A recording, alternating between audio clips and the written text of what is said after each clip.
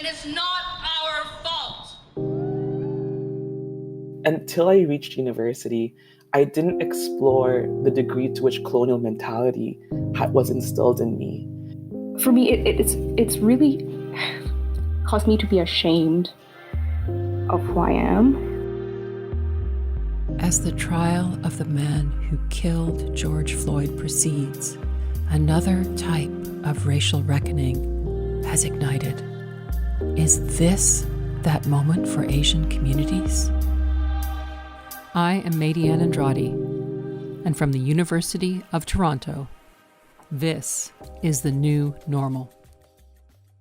My origins, my family, my heritage, I abandoned my Chinese name. This is Gigi Hoi. She is a PhD candidate in the Department of Ecology and Evolutionary Biology at the University of Toronto, St. George. I anglicized my name twice. Gigi is not my Chinese name. It's something else. But I don't know, maybe that still sounds too Chinese and people still make fun of it, still struggle to say it properly. So it's taken me a very, very long time to accept who I am. Gigi has given several talks at BRUISE. BRUISE stands for Broadening Representation and Equity with Science. It's a group of faculty and graduate students who work together to support equity and inclusion in their department. To be honest, the intentions of hosting those sessions are all selfish. It is because I myself wanted a place to unload, unpack, process my own thoughts and emotions. They always feel like bubbles. So bubbling up and try to put your finger on it, but you can't really. It's very delicate and very difficult to grasp.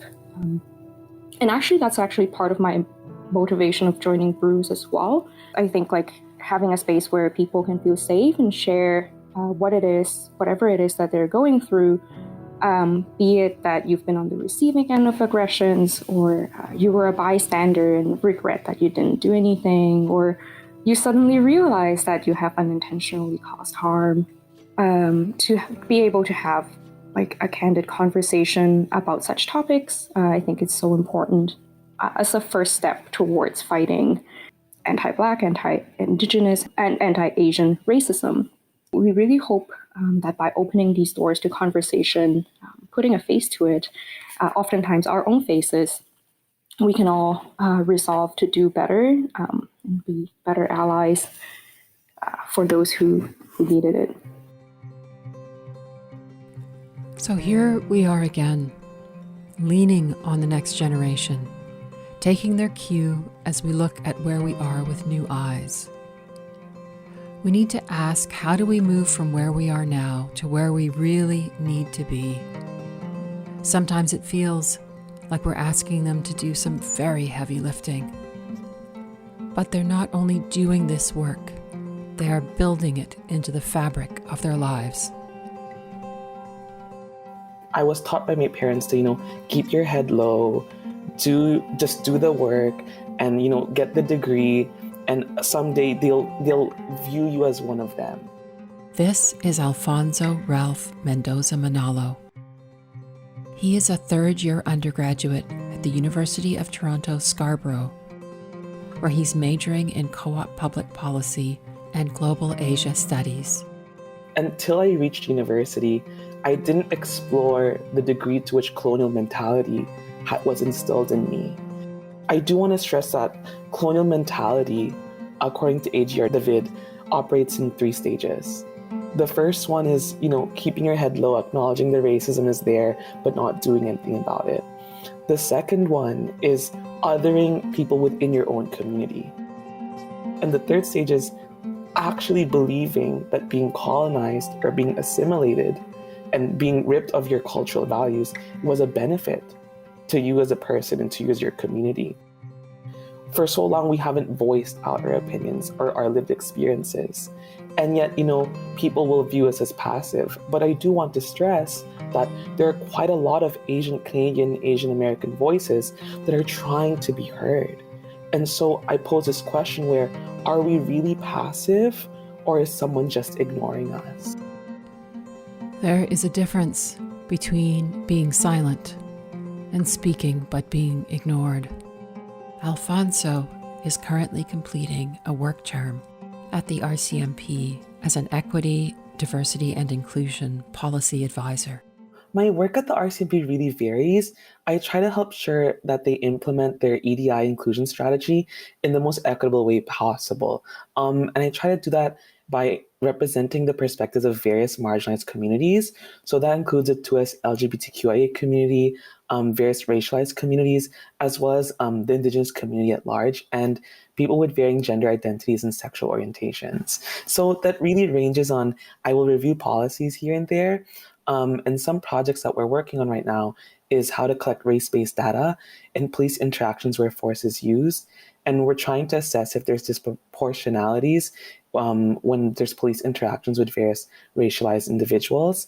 And another project that we're working on is an anti-racism course to help all employees in the RCMP understand how complex race really is in Canada and how to approach people from various racialized communities. For Black people, the past year has been as horrific as it has been for everyone else. But then you add to that that the George Floyd murder and the subsequent uprising has shifted a new lens. So my question to you is, do you feel like this is a moment of that kind of reckoning for Asian Canadians as well? I believe so, Maydianne. I think the tragic part about politics in general is that sometimes in order for someone's voice to be heard, something tragic has to occur. I think for Asian Canadians, it's seeing our elders being targeted in Chinatown. It's seeing law enforcement agencies not adequately responding to hate crimes, or understanding that we're scared. We're genuinely scared for who we are. And, now that I work at the RCMP, it's nice to see that we can bring change, and that, even sometimes just having your voice at that table it means so much, because you can steer the conversation, right? And you can really, with this course on anti-racism, we're given the opportunity to make 30,000 employees across the RCMP understand the oppression that Black Canadians, Asian Canadians, and Indigenous people face and have been facing here for so long, and how they should respond to that. Is this the brutal silver lining of COVID? Is this really who we are? Do we need brutality to force us to pay attention? I know we can do better. These young people know we can do better. I think one thing that I do want to stress, Maydianne, is the need for solidarity. We're all just trying to be accepted by mainstream society.